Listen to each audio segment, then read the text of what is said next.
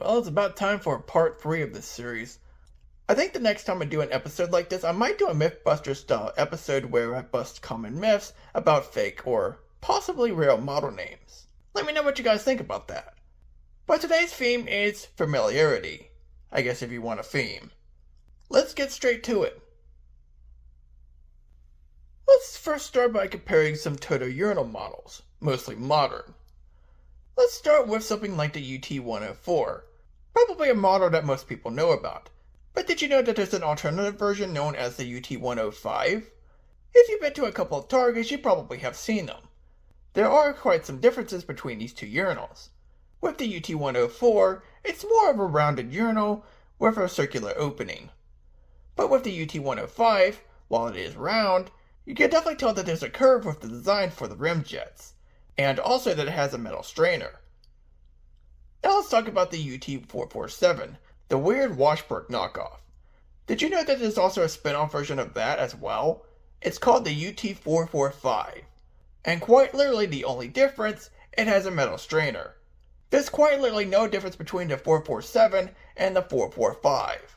So why does the 445 model exist? I don't think we'll ever know. Continuing the topic of Toto, let's talk about their Toto Drake models, because there's actually quite a few. I think most people know about the Toto Drake too. It's basically this swirly Drake that has this rounded tank. But did you know that they made a Drake model that looks a lot more plain and boxy?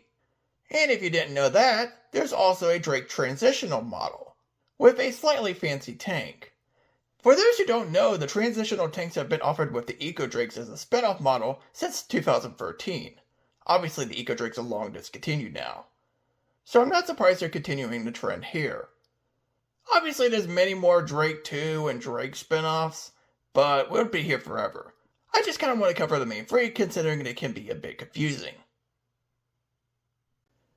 Continuing with modern trends, let's take a look at modern Kohler garbage, because that totally isn't the bane of my existence. Which is only going to be comparing a few models here, for example. For starters, let's start with the Highline Curve and the Highline Arc. The Highline Arc is basically a flat tank, with this weird looking tank. Meanwhile, the Highline Curve is basically that, but with some curvature towards the bottom. Wow, a major difference. They both still suck. And I guess we'll tackle one more while we're at it. The Elliston versus the Elmbrook.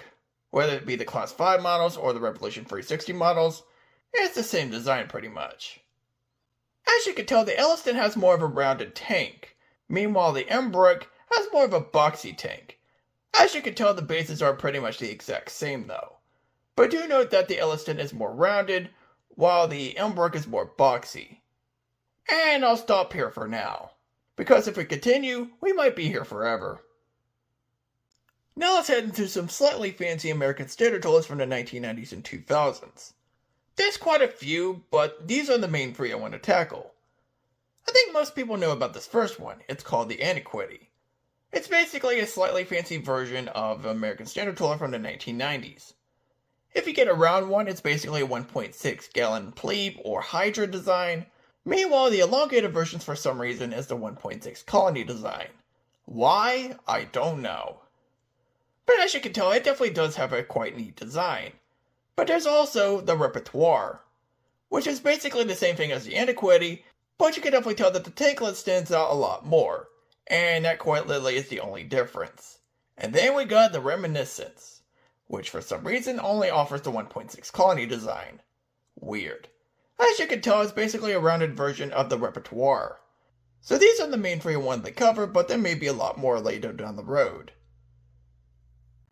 To end off, let's end off on some pressurized and pressure-assisted back outlet Eljer toilets from the 1990s and 2000s. Let's start with the pressurized fixtures. The standard height back outlet version of the Signature is basically called the Signature back outlet. Pretty simple, right? But here's where things get very weird. The 88 version, which is the same exact design but more thicker and taller, is known as the Sherwin.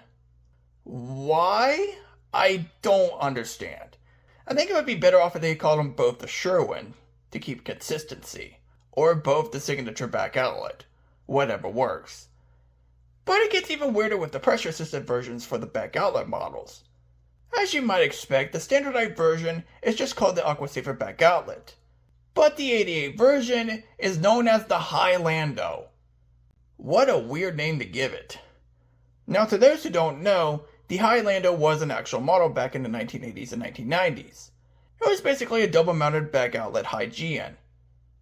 Honestly, I think at this point they should have just called them both the Aquasaver, because even if they went with the Hylando name, the standardized version might be called the Orlando, which would be also weird. I truly ended on a brain buster right here. And that was part 3 of 5 misconceptions of toilet models and urinal models.